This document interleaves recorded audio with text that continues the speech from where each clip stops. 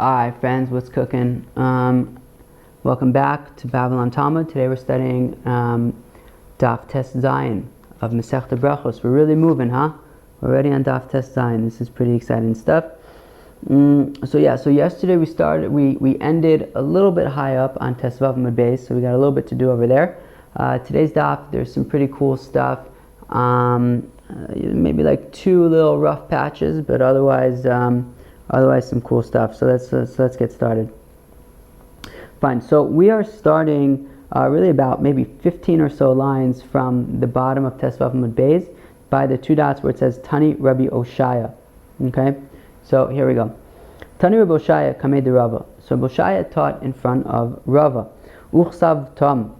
Hakol b'chsav afilu tzavaos. The pasuk says in Kriyas Shema, the first parak and also the second parak, but it says Uchsav Tam. You will write them, and he's learning Uchsav Tam. You will write. Tam means complete, whole, meaning that you have to write the entire chapter, even the commandments. Afilu tzavaos, even the commandments, even the things that say like you should write them. You should write. So in your mezuzos, when it says you should write them in your mezuzos, even include that, even though it's just a commandment to write, but even include that. Don't say like, no, that's just telling you to write it, but I shouldn't actually write that. No, you should even write that. And when it says ukshartam and you're going to tie them on tefillin, right? Don't say, well, that's just telling me to do it. I shouldn't actually write it, right? It's telling me to write it. So no, write everything uksavtam. It has to be a complete writing, including everything. So now Rava says to Rabbi Oshaya, who told you this? So he said, well, Rabbi Yehuda, it's Rabbi Yehuda's opinion, right? Or it's really based on Rabbi Yehuda's opinion. To Amar Gabi Sota, that he says in the context of a Sota. Now, what is a Sota? Okay, a Sota comes up in Parshas Naso, in Sefer Bamidbar. It talks about a woman who is married and her husband does not like that she is spending too much time with another man. So he warns her and he says, I don't want you to be secluded with this other man. But she secludes herself with him anyways.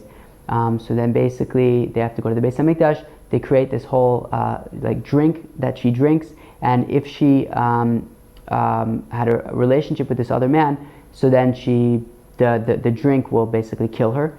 And if she didn't have a relationship with this other man, so then it's machlokas. What happens? It actually comes up here in the Gemara, I think in the 5th parak. But either she, if she was unable to have children, then she will be able to have children, which is kind of like what happened with Chana when she prayed. Eli thought that she was a shikor, and then, anyways, fine. Although I guess doesn't make her a sota. Anyways, whatever. But that's the deal with sota. Now, as part of creating this drink, this elixir, they would write God's name and they would write the curse and everything, and they would then basically, dissolve it in water. So the question is, what do you actually have to write on this parchment that they would then dissolve in water? So it says over there, right? So he says by sota, alos kosev tzavaus eno kosev. Okay, so by sota, right, when we're writing, right, so it says you can write down that parsha, but it says v'chasav es ha'alot ha'ele, right? You're going to write down these curses. Do you write down that? Do you write down the commandment to write down those curses, or do you just write down the curses? So over there, it's you just write down the curses. You don't do all that meta stuff about and you'll take her to the Beit HaMikdash, and you'll write this and you'll do that. No, we don't include that. Just the curse itself is what we include. The Hasam over there, hu dichsev v'chasav es ha'alos ha'ele. Okay, it only says v'chasav. It doesn't say v'chasav tam. And therefore, that's why it's only the curses. But over here, aval hacha tichsev uchsav tam, where it says that we have a complete writing, afilu tzavaos nami.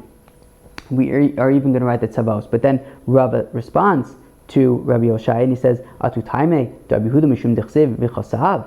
1 second. Do you really think that the reason why Rabbi Yehuda says that by sota we only write the curses, we don't write all the meta stuff, because it only says v'chasav versus over here where it says uchsav tam? Time Rabbi Yehuda mishum dichsev. So over here it says alos, but actually I have a note here that changes it to ele, which actually is very nice, right? Over there it's because it's and that's also Rashi's girsa, right? Mishum dichsev ele, right? It says v'chasav es ha'alos ha'ele. Ele in tzavaos lo. The word ele means these, to the exclusion of other things. What are the other things that we're excluding? We are excluding the commandment part, right? The meta stuff. We're only including the actual curses, right? But it has nothing to do with v'chasav versus uchsavtam. But to that, Rabbi Yoshi answers that nonetheless we still do need to write uchsavtam here by Kriyat Shema, because Sakadai Techamina, I may have thought Neilef ksiva mehasam. We may have thought to make a Gzeira Shava. If you remember Gzeira Shava from Daf Tes Amud Aleph, by Laila Zeh, by Yitzias Mitzrayim, and by Karban Pesach, and by Makas Bechoros.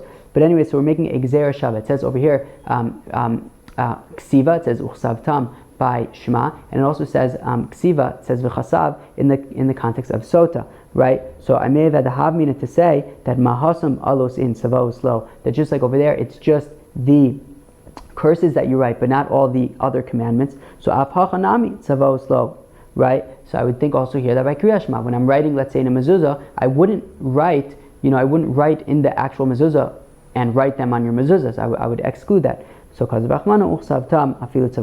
is why the Torah needed to write uchsavtam, so that I would not think to learn it out from Sota. It says no, uchsavtam, we have to have a complete writing, even the commandments. Tani Rav Ovadia kamei de Rava. Rav Ovadia taught in front of Rava. Vilimad tam, okay? Vilimad tem, right? You have to teach your children, to speak words of Torah. Shehe limudcha tam, that your teaching should be complete. What does that mean? Sheitein revach ben advekim, that you should make sure that you put enough space between the words that stick together, to make sure that you pronounce each word individually. And we're going to explain what this means. Ani Rava Basrei. So Rava then responded to Rav Ovadia, who taught that in front of him.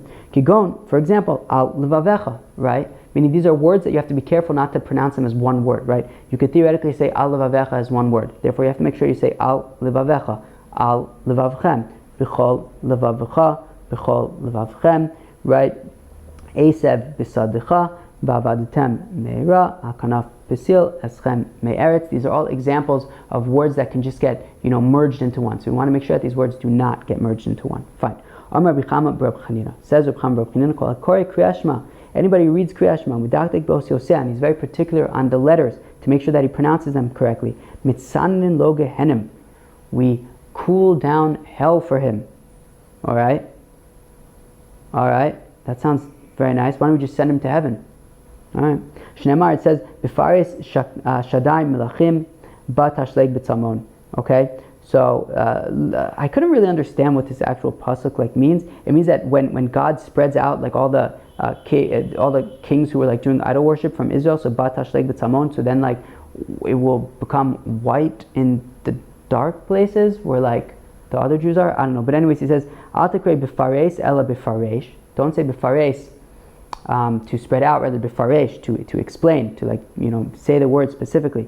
Atakri b'tzalmon ela b'tzalmavis. Don't say tzalmon, which means dark, but rather say tzalmavis, which means death. That's how he says that. By saying the words of Kriyat Shema properly, you will cool down hell. Okay, very interesting. Okay, fine. V'amar Rabbi Chama bar Rabbi Chanina. Says Rabbi Chama bar Rabbi Chanina, Lama nismichu oholim linchalim. Why were tents compared to streams, as in the following pasuk from the blessings of Bil'am to the Bnei Yisrael, when of course he was really supposed to be cursing the Bnei Yisrael. As it says, kinchalim nitayu, right? Before the pasuk before that is matovu alecha Yaakov mishkanosech Yisrael. How great are your tents, Jacob, the dwellings of Israel. It says kinchalim nitayu. They are these tents are they've been planted like long streams, kiganos alei nahar, like gardens upon the river, ka'olim nata v'gomer, and like tents pitched by God. So we see nechalim and ohalim in the same pasuk. So lo malacha, it's to say to you, manechalim ma'alin esa'adam mitum l'tayra, just like streams, they transform a person from being impure to being pure if they dip in that stream, if they go to the mikveh in that stream. Af ohalim ma'alin esa'adam mikavchova l'chav zechus. Also the tents of Torah, Torah study, it raises up a person from being from the scales of guilt to the scales of innocence. Very cool. And then we also said after that, not only if you read out of order, you're not yotze, but also if you made a mistake, you go back to where you made that mistake. So like if you're reading Kriyat Shema, you realize that you made a mistake on some word or something, you go back to that word. Okay, so now, Rabbi Ami, Rabbi Asi, Avuka Katrin le Ganana, Rabbi Elazar. Oh, so Rabbi Ami and Rabbi Asi were tying together a chuppah for Rabbi Elazar. Rabbi Elazar was getting married, and his buddies, Rabbi Ami and Rabbi Asi, were preparing his canopy for him. Okay, so it's funny. Rabbi Elazar says to them, like, all right, well, I guess since you guys are working, I'll just says,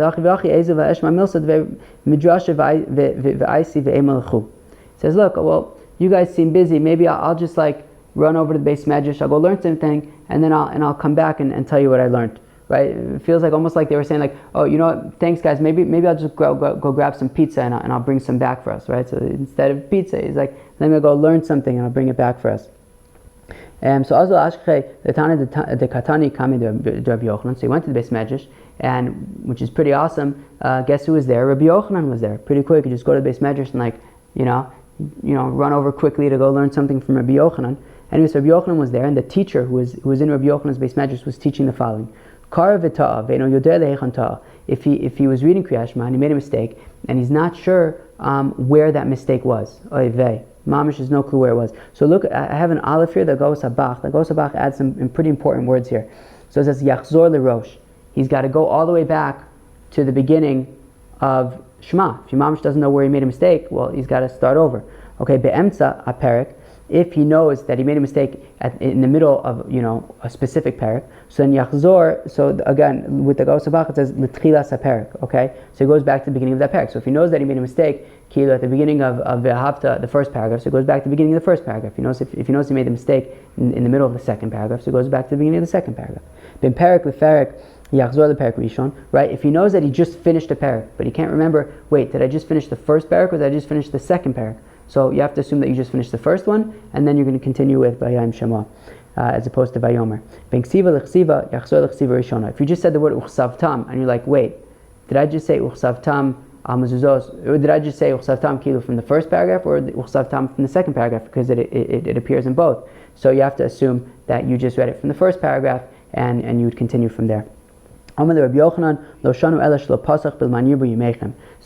says that this, of course, is as long as you didn't start saying L'man yirbu yimechem v'mei b'nechem, which is the pasuk right after Uchsavtam al mezuzos b'secha v'sharecha in the second paragraph of Vayim Shema. Have a pasuk L'man yirbu yimechem. But if you already started saying L'man yirbu yimechem v'mei b'nechem, and then you asked yourself like, wait, but did I just finish the first paragraph or the second paragraph? Maybe I'm saying L'man yirbu yimechem, but I didn't actually read the second paragraph. So he says no. Sarchei nakad. You can assume that he just went with his like flow. Meaning, if you're already in the man yirbu yimechem v'nechem, so then you can assume that like everything up until then you said correctly and you just went straight with the flow. Sure, you weren't paying attention. I guess that's not ideal, but you can assume that you didn't skip anything. Fine. Surchei nakad va'asi. I assume that's how to read it, unless it's va'asi asa va'amar lehu. I don't know. So I think maybe it's Asav Amar Lahu. I'm not sure, but either way, Rabbi Elazar then said thank you very much to Rabbi Yochanan. He went back home to his buddies Rabbi Amin and Rabbi Asi, who were working on his canopy, and he told them what he learned by Rabbi Yochanan about this stuff about going back. Amrulei, they said to him, if we would have only come, forget about the wedding canopy, if we only would have heard these amazing halachas that you brought us back from Rabbi Yochanan, it would have been enough for us to come just for that. New Mishnah.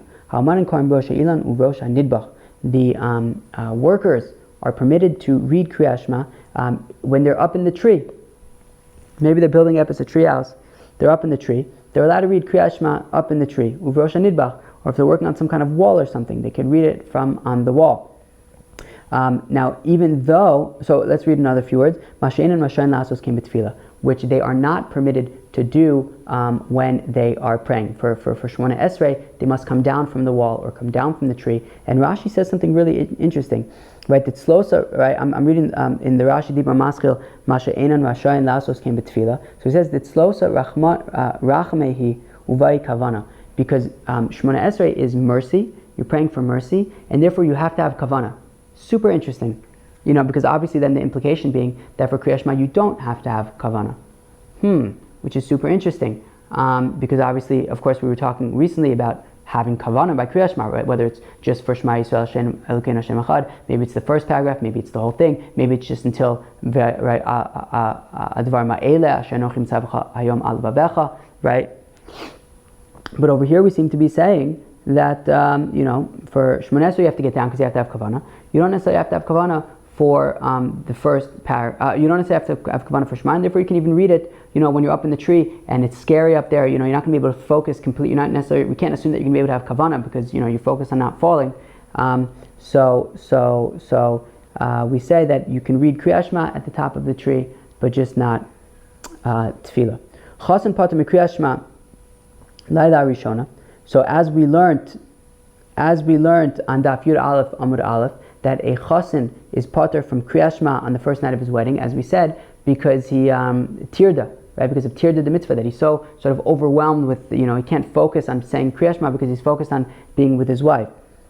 So vad Motzai Shabbos lo asa ma'isa, very interesting, and this continues all the way until Motzai Shabbos if he hasn't actually slept with her yet. Okay, so that really reinforces the way that we learned the Gemara on Yud Aleph, which is that it's not about actually doing the mitzvah. It's about this tirda. It's about this he being lost in his thoughts, being unable to focus on account of the mitzvah that he's involved with, and that extends all the way until Motzei Shabbos if he hasn't yet slept with her. So it was a story by Rabbi Gamliel that he got married, and as we're going to see in the very next Mishnah on Amud Beis, that the Gemara, the Mishnah talks about when his wife died. So I wonder if after his wife died, he then got remarried, and this is what it's talking about here. But anyways, Rabbi Gamliel shenasa isha. So there's a story with Rabbi Gamliel that he got married. V'kara laila rishona, and he read Kriya Shema on the first night that he got married. So Amrul Tamida. But one second, didn't you teach us that a chasen is part from Kriya Shema? Why did you read Kriya Shema? Amar lahem, eini shomei alachem levatal emeni malchus shamayim afilu sha'achas. People, I am not going to listen to you to be mevatal malchus shamayim for even 1 second. I want to be makabel o malchus shamayim, and don't stop me. I know that a chasen is part from Kriya Shema, but I don't care. I'm going to be makabel malchus shamayim. Very, very interesting. Okay, fine. Very good. Weiter. Tana Rabbanan. The rabbis taught, Ha'umanin korin b'rosha ilan u'rosha nidbach. Okay, so workers can read Kriya Shema at the top of a tree or at the top of a wall while they're working. Okay. U'mispalin b'rosha hazayis u'rosha teina. They're even allowed to daven Shmoneh Esrei at the top of an olive tree or the top of a fig tree because they have many branches and they can hold themselves steady and it's not scary. And therefore they can even daven over there. But any other kind of tree doesn't have thick and sturdy enough branches, and therefore they're going to be there's a certain element of fear of standing up in that tree, and therefore you can go down. Therefore to daven they would have to go down from the tree to daven.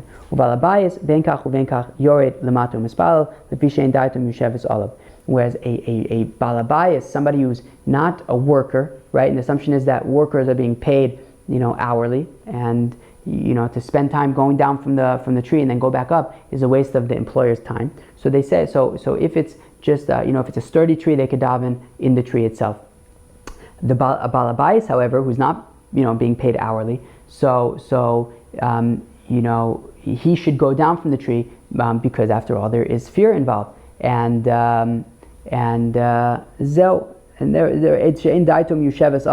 he won't be able to focus properly, and therefore he should go down from the tree.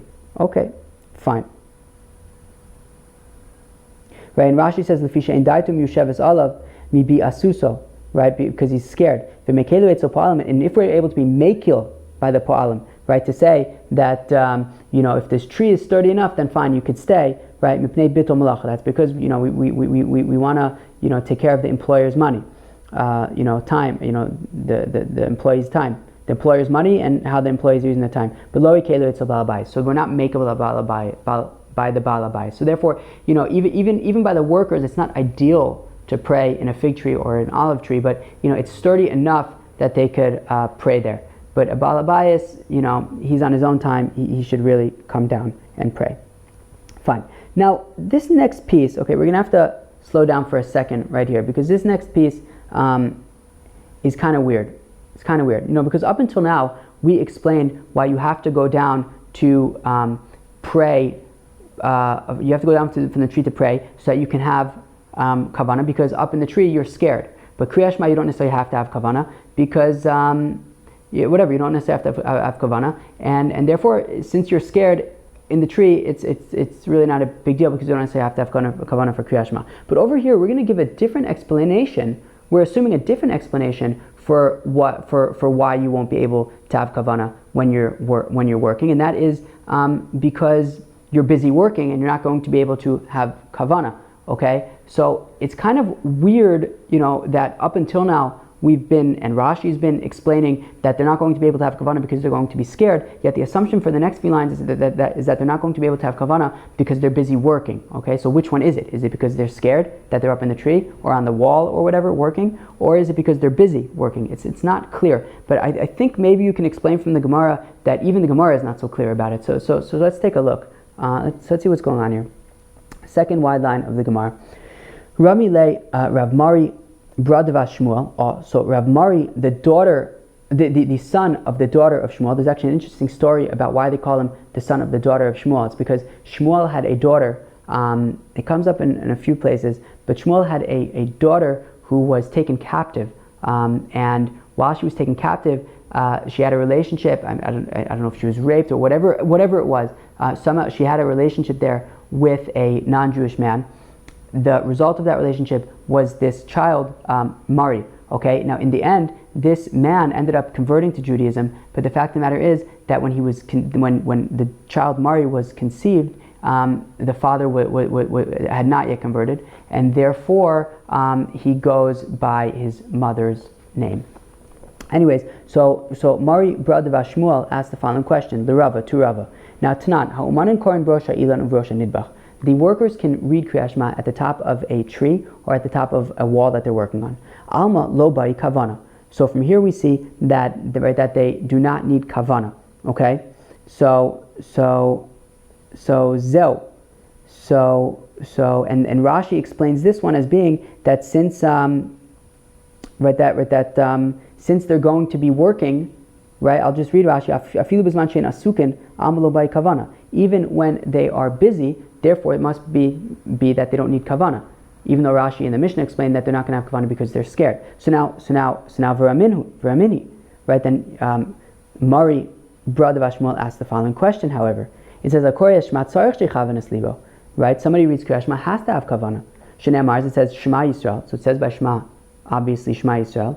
Ulhalam no Omer, and it says in a different pasuk Haskes Ushma Yisrael. You have to pay attention Ushma Yisrael. So malahalim bahaskes, just like when it says Haskes Ushma Yisrael, you have to pay attention. So Afkan behaskes. So here also by Shema, you have to have Haskes. You have to pay attention. You have to have kavana. So Ishtik. And Rava was quiet.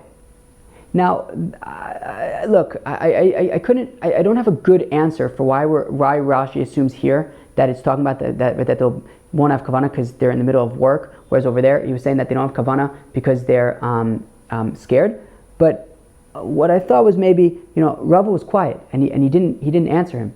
Maybe he was also confused, right? And then Amarle midi shmielach beha, and then Mari.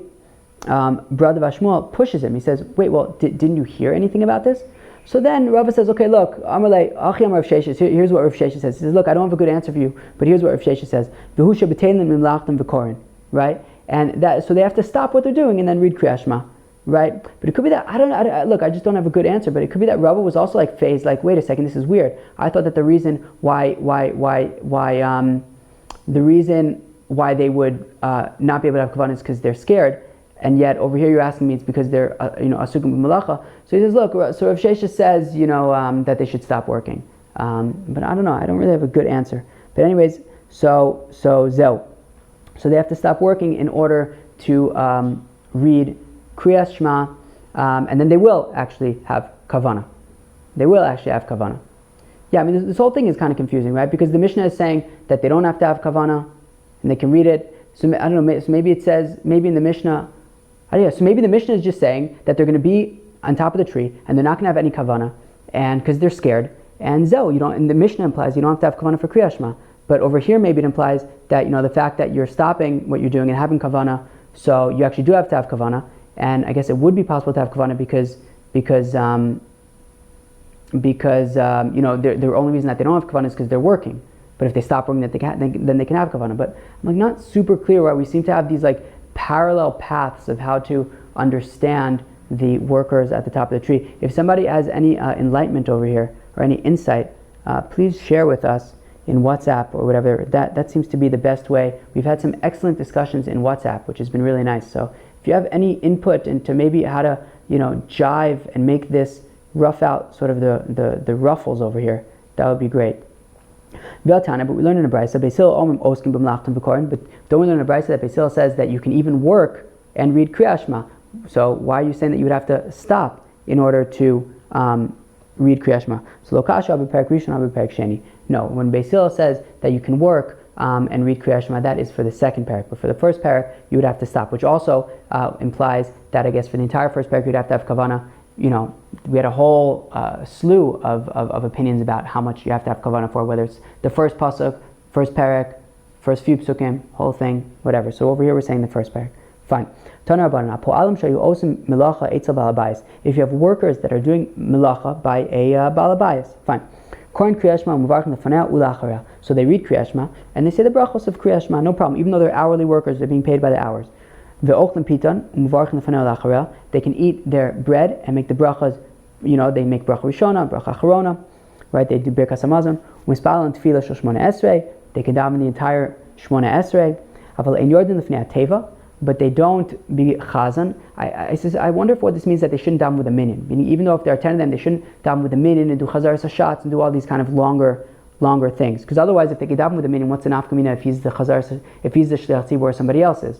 The davening takes the same amount of time. Maybe he can even go faster because he's got to get back to work. I don't know. So maybe it means that they don't daven with a minyan. They won't do birkat kohanim. If there are kohanim there, they won't duchen.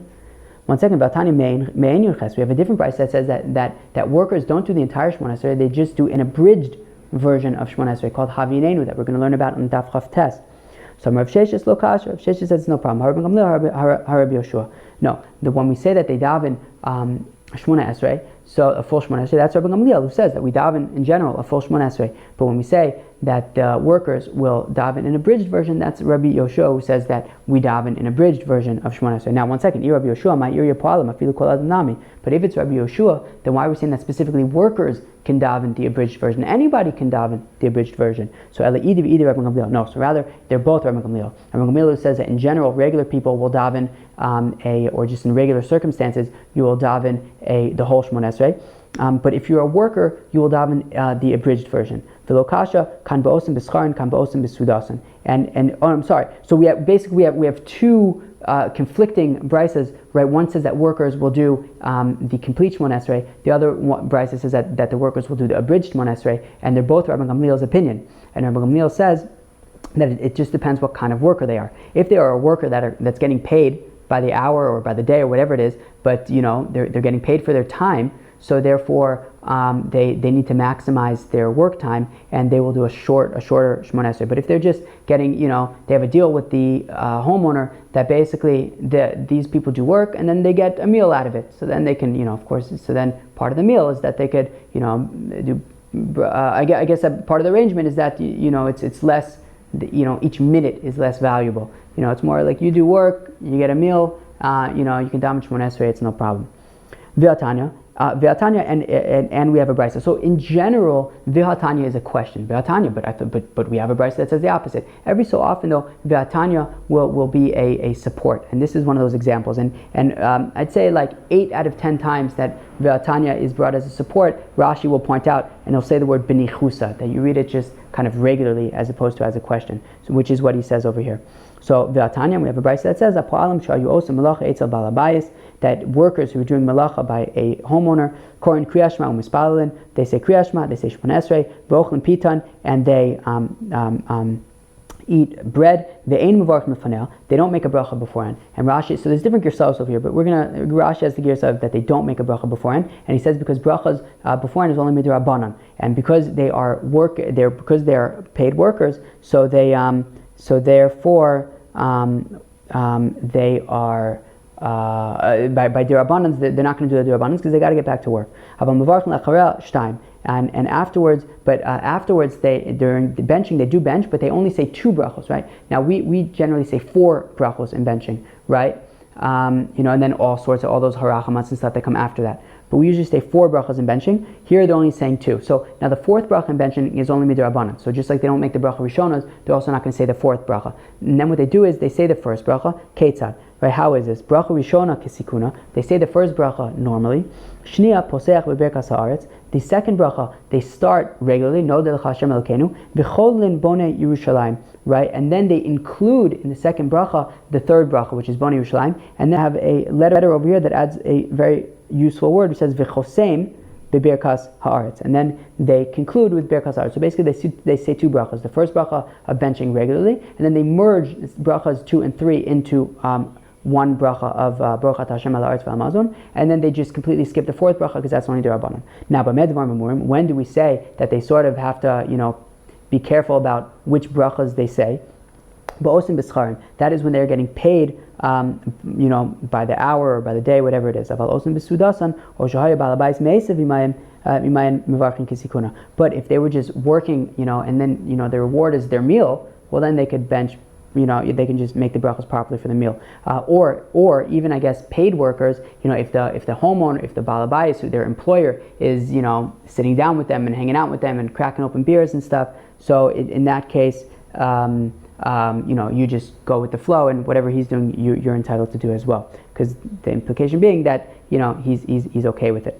Okay, chasim pater mikriyashma. Going back now. Okay, these next few lines. Okay, on Daf Yud Aleph, the whole chasin being pater from kriyashma on the first night was a little bit confusing. Okay, we're about to literally repeat pretty much verbatim that entire thing. But hopefully, if you remember from a few days ago, hopefully it's still sharp in your mind, and we can just go through this pretty quick.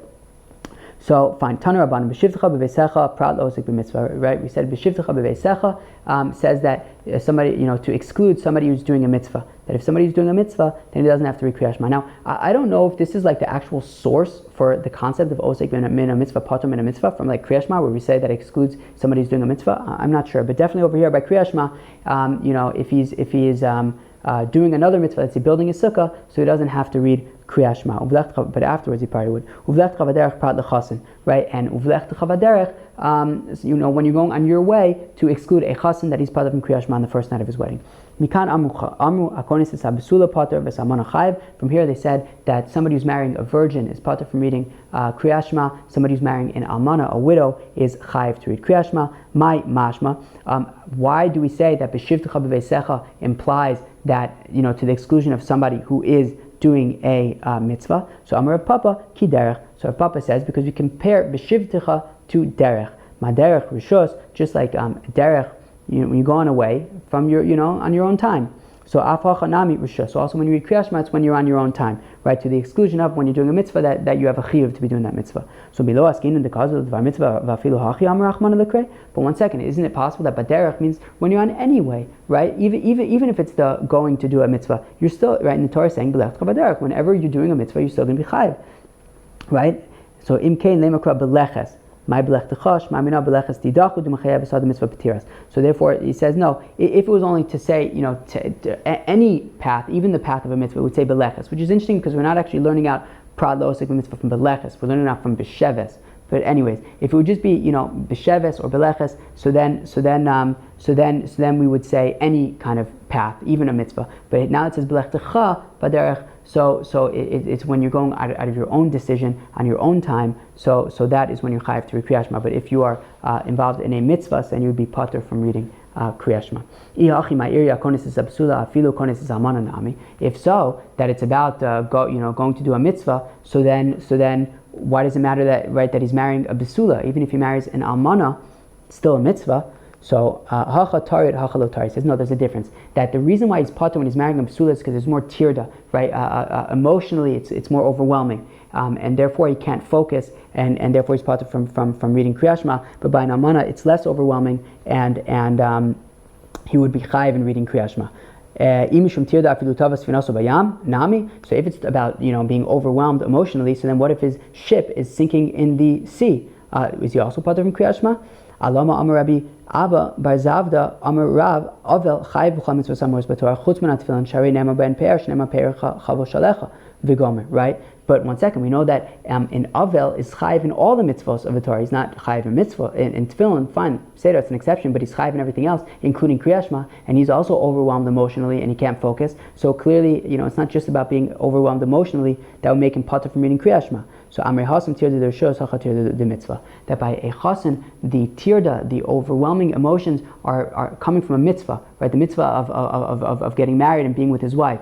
So that is where that tirda comes from. But when your ship is sinking, or even when somebody passes away, it's not a tirda of a mitzvah. Therefore, you be chayiv to read Kriyas Shema. Fine. Weiter. Now, before we start this Mishnah, I just want to explain two concepts that have to do with when somebody passes away. There's something called an onain. And you are an onain from the time that a relative passes away until that relative is buried. Between that time, you're called an onain, and you're patur from all mitzvahs in the Torah. Okay. Now, you are an onain for one day, right? So you are, as the pasuk says, we're going to say v'achrisa ki yomar, that like a bitter day. So you're an onain for one day. Now, or until the burial. So. And after the burial, you're what's considered an avel, okay? And an avel, and after also an avel is chayiv, as we just saw, an avel is chayiv in all the mitzvos in the Torah, etc. So that's the difference between an onain and an avel. Okay. Now, says the Mishnah, Rachatz laila harishon shemesa ishto. So now, Rabbi Gamliel. So we were talking about how Rabbi Gamliel said Kriyas Shema on the first night of his wedding. So we're continuing to talk about some interesting things that Rabbi Gamliel did, right? So also he. When his wife died, okay, he took a shower that night. So now Rashi says, "V'nikbura bo bayom," and she was buried that day, which means that it did right. It's the top Rashi on the page, right? V'afal pisha avel aser berchitza hu rachatz keda amar taima istinesani v'u adam mu'unak mufunak, right? So and even though an avel is not allowed to shower, is not allowed to bathe, he bathed because he was in istiness. He was very particular. He was very cleanliness and things like that. So he had to shower. Fine. So we said that his wife was already buried, therefore he was an avel, and he showered anyways, right? So Amrulo Talmidav, a student said to him, but you taught us avel aser lerchotz, that an avel, which is you right now, is not allowed to bathe. So Amrulo Eni Kishar b'nei Adam istinesani, but I'm different than everybody else. I'm an istiness. I'm very particular. I need to be clean. I have to shower. Interesting. What does that mean? Just because he has to shower, he can do whatever he wants? We'll see. And when Tevi, his servant, now Tevi was not a Jewish slave, he was a non-Jewish slave, okay, he's an Eved Kanani. So, and when Tevi died, Kibel Alav Tanchumim, he accepted condolences for his servant Tevi. Amrullah Talmidav, the student said to him, but you taught us that you don't receive condolences for for slaves who died. So Amrulaim Ein Tevi Avdi Kshar Kol Ha'avadim Kasher Haya. My servant Tevi is not like other. He's not like other non-Jewish slaves. He was a kosher. Okay. Therefore, for that reason, he was allowed to accept. He accepted condolences. Fine. Chasen emrotz lekros kriyas shema laila rishon kore. So now we say, look, a chasen who wants to read Kriyas Shema on the first night of his wedding, he's allowed to. Look, we say he doesn't have to. He's patur, but he's allowed to. Shimon Gamliel says, no. If we say that you're patur from reading Kriyas Shema, you're patur. We're not just saying it for no reason. We're saying you're patur because you can't focus, right? And if you can't focus, so then you can't just say God's name out of focus. So therefore, he's not allowed to read Kriyas Shema on the first night of his wedding. Now, here comes the Gemara. Now, this Gemara is confusing. Why is this Gemara confusing? Because we explained the Mishnah that is talking about where he had already buried his wife and he was an Avel. But the Gemara seems to be assuming that he was an Onain, that his wife was not yet buried yet. So, honestly, I don't really know how to answer the two, other than to say that for some reason the Mishnah was assuming he was an Avel, and the Gemara is assuming that he wasn't an Avel, he was an Onain. I don't know. It's weird. Maybe there's like different Girsaos or something. But I don't know. Anyway, so my time at Rabbi Gamliel, how come Rabbi Gamliel bathed? What, you're just allowed to say I'm an istinist, so I can do whatever I want, I'm particular? Nowadays we're probably all particular. I assume that many people shower very often, every day, or whatever it is.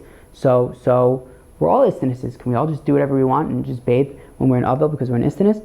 So, Kasavar, because Rabbi Gamliel held Aninus Laila D'Rabbanan. Okay, so remember, in the Mishnah we were assuming that he was in Avil. Now, for some reason, we're assuming that he was in Onain. I don't know why, but we're assuming that he's in Onain. And now, in Onain, right, so if his wife wasn't yet buried yet, and I guess in the Gemara we're assuming that she wasn't yet buried, and she died that day, and it was the night following, so now in Onain is going to be in Onain for 24 hours, for a day. So he assumed that when we say that you're only in Onain for a day, it's only during the day. The following night already, at night, you're already not in Onain Midoraisa. Midorabanan, it's only midrabanan, right? Aninus laila d'Rabbanan d'chsev achrisa kiyom mar, right? That the day afterward is going to be like, basically we're saying all sorts of, it says in the Navi, in Amos, that all sorts of negative, bad things are going to happen. It's going to be like you lost your first child, your only child, and it says v'achrisa kiyom mar, and it'll be like that bitter day. And we're referring, and we learned this out to be a reference to Aninus, to when you're in Onin, and it's kiyom mar, for one day. So we said that really it's during the day, but the following night, it's really only going to be midrabanan, that you have the halachos of the status of Onin. Uvmakum istinis logazu berabanan, and for an istinis, somebody who's very particular about showering and hygiene, the Chacham said, you don't have to worry about aninus, and you would be able to shower. And therefore, Rabbi Gamliel assumed, look, I'm an istinis, I'm allowed to shower. Okay, again, very strange. If anybody has any ideas why the Mishnah would be assuming that he was in Avel and that his wife was already buried, and in the Gemara we're assuming that he was in Onain, and I guess that she wasn't yet buried, maybe, again, the WhatsApp group would be a really sweet place for that. I would love to hear your thoughts. Weiter. When Tevi, his non-Jewish slave, died, so he accepted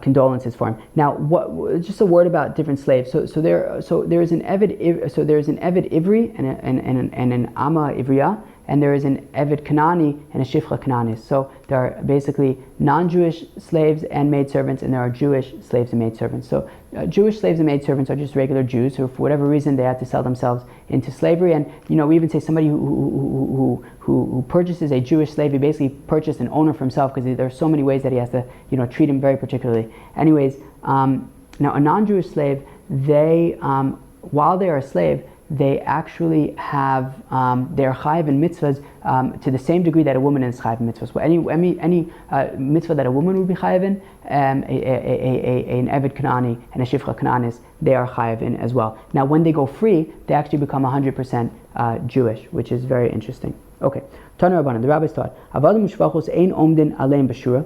So Avadim Kananim and Shifra Kananios, we don't stand in the line for them after they die. Meaning, if people have been to a religious funeral, basically, you would, after we bury the person, we then go out to the road and we create two lines, and the mourners pass between that line. So for Eved Kanani and Shifra Kananis, we don't do that for them. Right, in the Gemara in Ksubis, it describes a bracha of Avelim, a certain blessing that they would make for Avelim, and Tanchumi Avelim, and condolences of mourners. So we don't do that for them.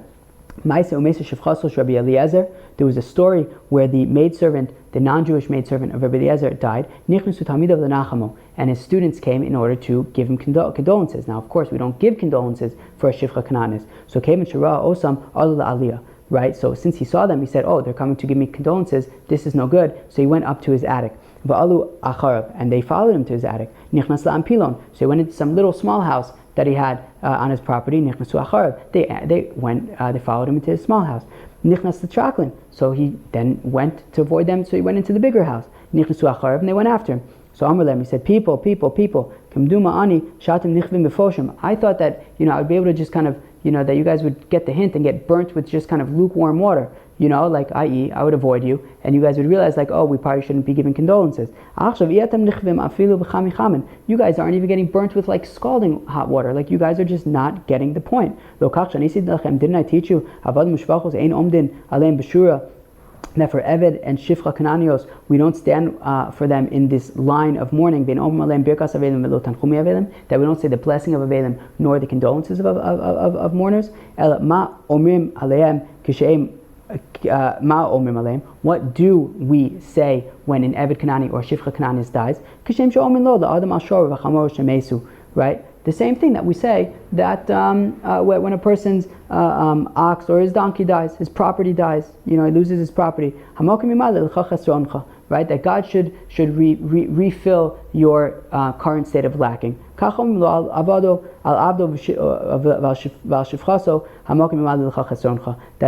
God should replace for you that which you're lacking. That's it, people. So don't come here to console me. Fine. Tanya Idach, we have another verse that says Avadim Mishvachos Ein Maspidin Osan, that Avadim Kanan and Shifchos Kananios, we don't eulogize them. Rabbi Yossi says, Rabbi Yossi, Eved Kosherhu, if he was a good man, if the servant was a good man, Omalav, we say about him, have a hoy, woe, like oy vey, Ish Tov, he was a good man, V'neman, trustworthy, V'nene miyagio, and he enjoyed his work. They said to him, Imkain, wow, what more can you ask for any person, right? Right, a good person, trustworthy, believed in his work, that would be good for anybody. Okay, Tana Rabbanan, Ein Korin Avos El L'Shlosha. Oh, right. When we think about our avos, who is that? Abraham, Isaac, and Jacob, right? But there's only 3 avos.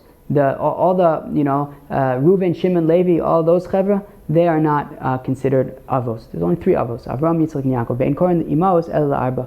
Right? There's only 4 imos, right? Sarah, Rivka, Rachel, and Leah, and that's it. Avos, my timer. How come there are only 3 avos? Why aren't the 12 shvatim included? So because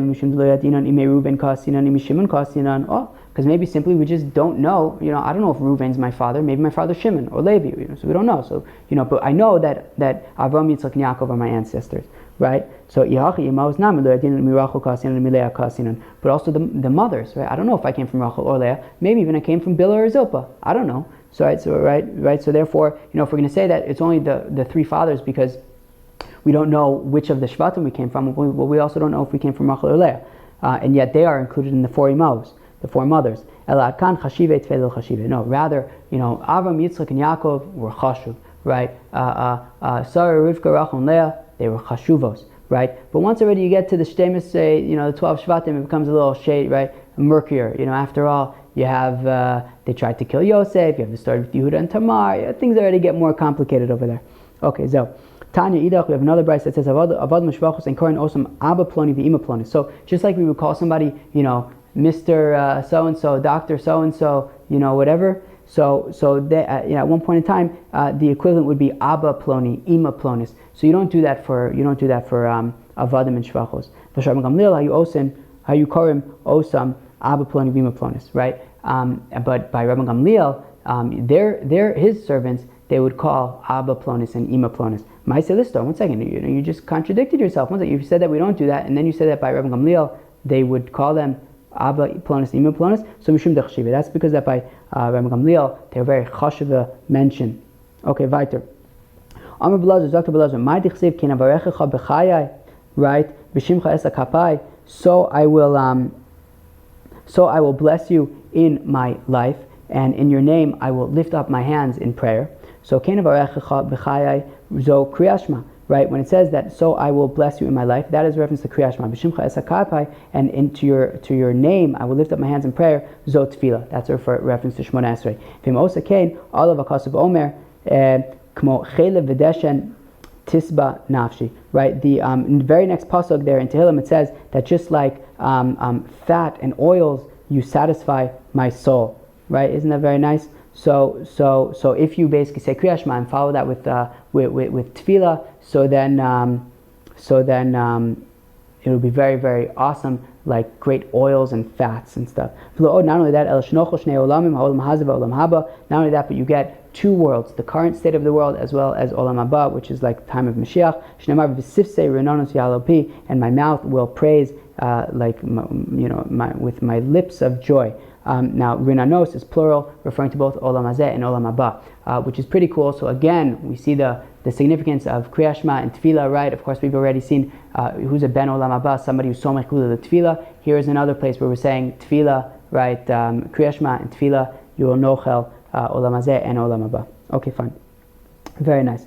Rabbi Lazar, Basar the Messiah Tzlose Amar Hachi. Rabbi Lazar, after we finished praying, he would say the following: Yiratzim Ufanach Hashem Elokeinu, may it be the will before you, Hashem, our God, She Tashkein B'Fureinu, Ava V'Achva V'Shalom V'Reus, that you should put in our lots love and brotherhood and peace and companionship. Very, very beautiful. V'Tarbek V'Ulenu V'Tamidim, and we should have lots of students. V'Tatzliach Sofenu Achrus V'Tikva, and we should have success. We should succeed in our future, right? And that everything that we hoped for, we should realize. V'Tasim Chalkinu B'Gan Eden, and you should place our portion in Gan Eden. I guess that's paradise or whatever. V'Takninu B'Chaver Tov, and you should fix us with a good friend, V'Yetzer Tov, and good inclination, B'Olamcha, in your world. V'Nashkem V'Nimtzo Yichul V'Avenu Lira Shemecha, and we should wake up early, and we should have a desire to fear your name. V'Tava L'Fenecha Koras Nafshenu L'Tova, and our emotional state should be really good. Rabbi Yochanan Basar the Messiah Tzlosi Amar Hachi. Rabbi Yochanan, when he would finish his prayers, he would say the following: Yiratzim L'Fenecha Hashem Elokeinu Shetatzitz B'Voshtenu, that you should see our embarrassment, V'Tabid B'Raosenu, and you should see in the bad things, our bad predicament. V'Tislavish B'Rachamecha, you should wrap yourself in mercy. V'Tiskasa B'Oscha, and you should cover yourself in your strength. V'Tisate B'Chasiduscha, and you should to wrap yourself in your kindness. V'Tisazer B'Chaninuscha, and you should gird yourself in your favor. And before you should come, your characteristics of good and humility. That we shouldn't sin, we shouldn't be embarrassed, we shouldn't be shamed from our fathers. Maybe it's because our fathers were so great, although I have a note over here in the Masoras Hashas that says Yoser me'avosenu, we shouldn't be more embarrassed than our fathers have been embarrassed. But okay, fine. That your Torah should be our professions, our livelihood. Vayad ve'libenu, and our hearts should not become morose. Yachshechu einenu, and that our eyes should not become black. Wow. Okay. Rav Basar Tzlosi Amar Hachi. Rav, after we finished praying, he would say the following, and this might sound very, very familiar, right? Who could tell me where this comes from? Right? They should give us long life, Chaim Shel Shalom, life of peace, Chaim Shel Tova, life of goodness, Chaim Shel Bracha, life of blessing, Chaim Shel Parnasa, right, life of making a living, Chaim Shel Chilutz Atzamos, life of health, Chaim Sheish Bem Chaim Yiras Chet, life that has fear of sin, Chaim Shein Bem Bushu Chlima, life that doesn't have any embarrassment, Chaim Shel Osher V'Chavod, life of wealth and honor, Chaim Shedibanu Avos Torah V'Yashamayim, life that has love of Torah and fear of God, Chaim Shetimalu Lanu Es Kol Mishal Subenu Tova, life that you should fulfill us with all of our the requests of our heart for good. That, of course, comes from when we bench Rosh Chodesh, the Shabbos before Rosh Chodesh. Rebbe Basar Tzlosi Amar Hachi. Yiratzim L'Fanecha Hashem Elokeinu V'Elokei Avosenu Shetatzilenu Me'azei Fanim. You should save us from those who are brazen, Me'azus Fanim, and from their brazenness. Me'adam Ra, from a bad person. Me'Pegara, from a bad interaction. Me'Yetzer Ra, from the bad inclination. Me'Chaver Ra, from a bad friend. Me'Shachin Ra, from a bad neighbor. Me'Satan HaMashchis, from the Satan who destroys. Me'Din Kasher, from a difficult judgment. Me'Ba'al Kasher, and from a difficult litigant. So Rashi says whether he has a bris milah, whether he doesn't have a bris milah. I don't know why whether he has a bris milah or not should matter, or unless it means whether he's Jewish or not. I'm not exactly sure. And even though there were guards standing outside of the Bezdin, outside of the court of Rebbe. Now Rashi says from Antoninus. Antoninus would place guards there, and there's a Gemara in the beginning of Avodah Zarah that has some very, very interesting stories there. About the relationship between Antoninus and Rebbe. Really, really interesting. We'll get there, people. We'll get there. Don't worry, we'll get there. Anyways, shkoyach everybody. It was a long day today. I think it was good. I think we have a few questions there about Kriya Shema, about Aninus. if anybody has any ideas, please, would love to hear about it, in the WhatsApp group or wherever you'd like. Peace out, friends. Cheers.